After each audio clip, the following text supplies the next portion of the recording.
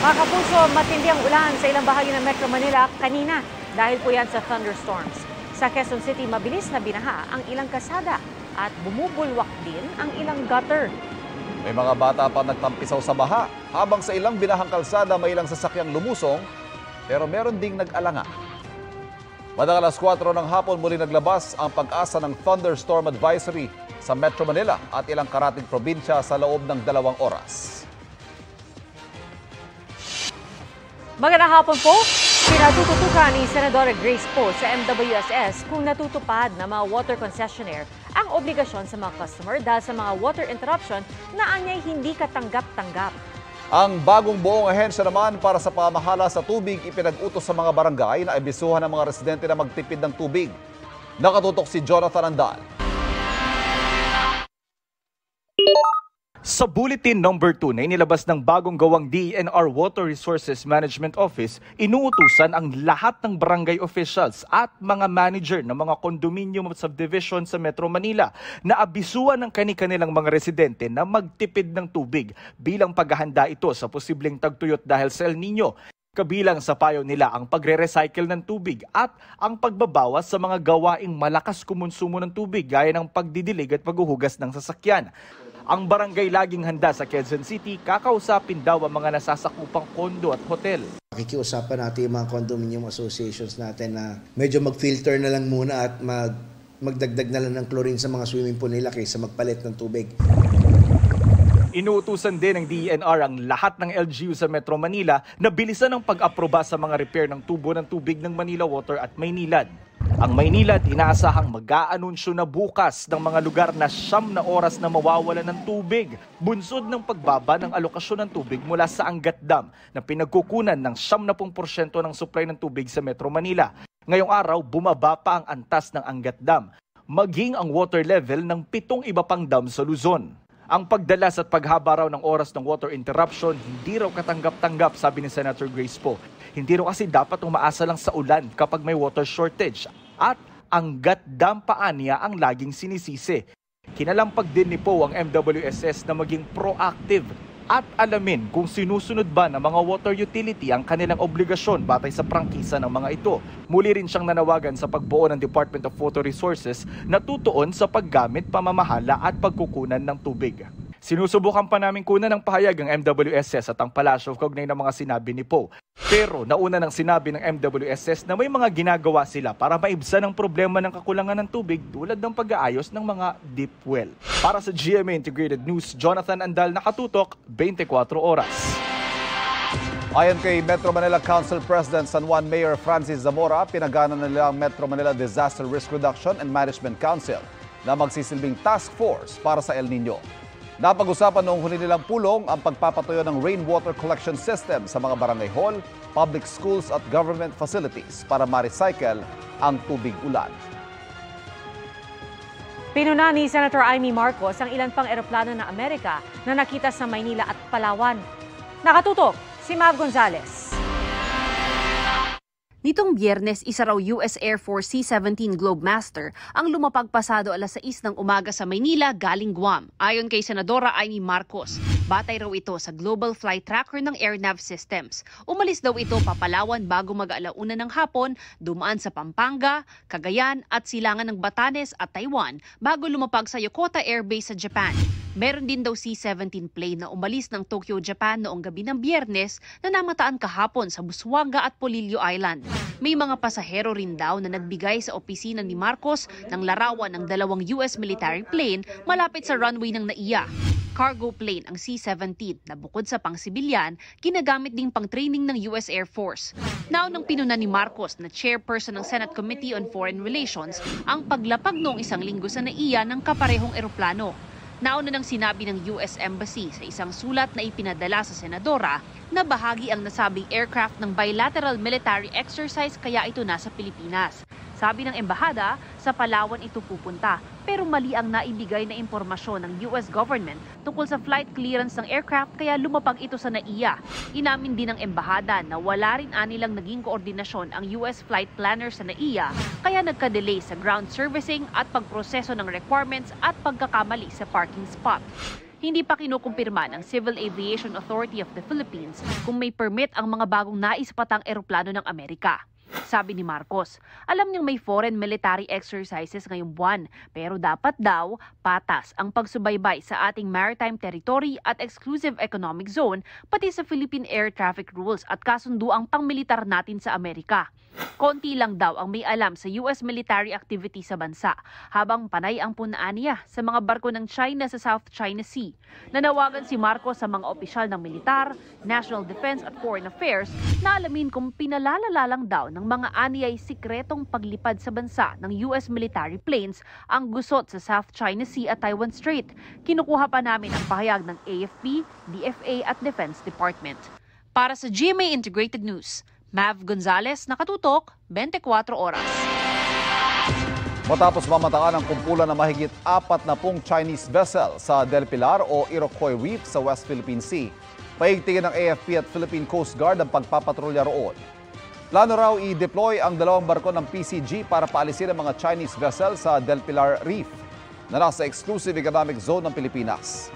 Hiwalay pa ang mga namataang barko ng Coast Guard at Navy ng China sa Escoda o Sabina Shoal. Tingin ni Commodore J. Tariela, PCG spokesperson for the West Philippine Sea, layan ng China na dumugin ng mga barko ang isang lugar doon para tuluyang makontrol.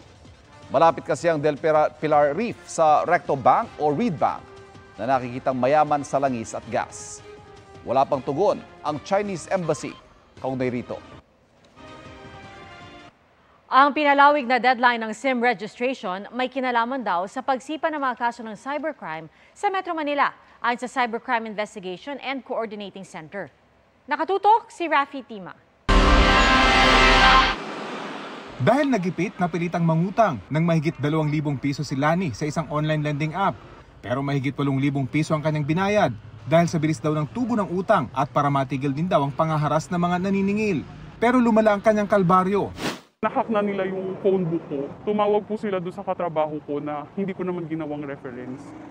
Na hindi ko po alam kung paano nila nakuha yung contact number ng tao. Tapos pinagte-text nila na isasama nila sa ipakukulong. At matapang pa raw ang nanghack sa cellphone niya. Hindi nyo dapat gawin sa ibang tao kasi breach yun ng Data Privacy Act. Sabi niya, wala kaming pakialam sa Data Privacy Act. Isa si Lani sa mahigit 6,000 biktima ng cybercrime sa Metro Manila mula Enero hanggang Hunyo. Mas mataas siya ng 150% kumpara noong nakaraang taon. Tingin ng Cybercrime Investigation and Coordinating Center, tila may kinalaman sa extension ng SIM card registration ang pagdami ng mga kaso. Nung hindi pa natin na-announce na may extend ang SIM card registration, drastically talaga bumaba. Just a few days after when we extended it, biglang dumami na naman, naglas hura itong mga sindikato. Halos nag-triple ang online scams, umakyat ng 86% ang illegal access at nagdoble ang ATM at credit card fraud. Pero ito ay datos ng mga naiulat lang sa mga kinauukulan. We're just seeing a tip of the iceberg. So to speak kasi majority hindi nagre-report eh. Kala nila wala ng pag-asa. Kaya mahalaga raw isumbong ang mga cybercrime para agad ma-block o matunto ang mga ginagamit nilang social media accounts o mobile numbers. Para sa GMA Integrated News, Rafi Tima, nakatutok, 24 oras. Naabok ang mahigit 100 bahay kagabi sa Sitio Asinan, Barangay Kasanyangan sa Zamboanga City. Isa ang nasawi at 2 ang sugatan. Mahigit 900 residente ang apektado. Nasa 3 milyong piso halaga ng pinsala. Faulty electrical wiring ang tinitingnang sanhi ng sunog. Ayon sa motoridad, nagsimula sa isang bahay kung saan may nagaganap na reception ng kasal. Hanggang Agosto na ang bawas produksyon ng langis ng Saudi Arabia na unang inanunsyong hanggang ngayong buwan lang. Ayon sa Saudi Energy Ministry, tuloy pa rin ang 1 million barrels per day na tapyas nila. Kaya sa Agosto, nasa 9 million barrels per day na lang ang mapoproduce nilang langis. Nagtaas din ang Saudi Aramco ng presyo ng krudo para sa mga customer sa Asia kabilang ng Pilipinas. Dahil dito, ayon sa Oil Industry Management Bureau ng Energy Department, posible pa rin ang mga taas presyo sa petrolyo hanggang sa pagtatapos ng buwan ng Hulyo. Sa Martes, may naasahang pagtaas sa presyo ng diesel at kerosene. Posibleng may rollback naman sa gasolina.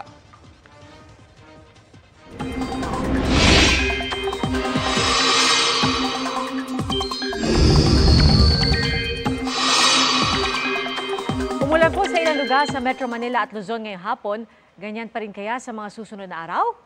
Alamin ang forecast ng weather presenter ng GMA Integrated News Weather Center na si Amor La Rosa. Amor? Maraming salamat, Pia. Magandang hapon mga kapuso. Naku, maging handa pa rin po sa mga posibleng pag-ulan sa mga susunod na araw. Base nga sa datos ng Metro Weather, inaasahan po natin may mga pag-ulan po bukas ng hapon sa ilang bahagi ng Southern Luzon. Kabilang dyan itong Bicol Region, pati na rin po ang Mimaropa, kasama dyan ang Mindoro, ganun din ang bahagi ng Palawan. Pagsapit naman ng Martes at ganun din ng Miyerkules, malaking bahagi na po ng Northern at ng Central Luzon ang uulanin. May mga malalakas sa pag-ulan sa Mindoro Provinces, ganun din dito sa Cordillera at maging sa Cagayan Valley. Kaya doble ingat po para sa mga kapuso natin dyan. Malaking bahagi rin ng Visayas at Mindanao ang uulanin bukas. May mga malalakas na ulan. Dito po yan sa bahagi ng Zamboanga Peninsula at ganun din sa Western Visayas. So kasama po dyan ang Panay Island at pati na rin ito nga Negros Provinces.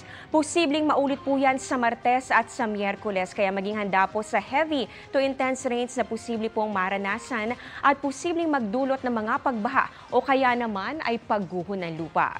Gaya po ng naranasan sa ilang bahagi ng Midsayap, Cotabato na nalubog sa baha.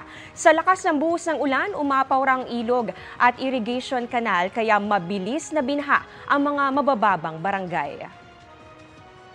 Dito naman sa Metro Manila, inaasahan po natin base sa 3-day weather forecast ng Pag-asa, magiging bahagya hanggang sa maulap ang kalangitan at yung temperatura po natin, posibleng umabot yan ng 33 degrees Celsius. So medyo mainit pa rin po yan mga kapuso, kaya naman po stay hydrated. Inaasahan naman po natin kahit po meron po nga magpapakita po si Haring Araw, meron pa rin chance ng mga pulupulong pag-ulan o kaya naman yung mga thunderstorms, lalo na sa hapon o kaya naman ay sa gabi.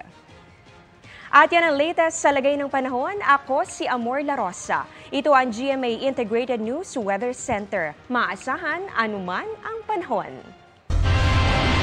Susunod, ang operasyon sa bata na may gunting na bumaon sa ulo. At palarong bida ang mga aspin, rescued at disabled dogs. Malampatid ang pagtutok sa 24 Oras Weekend.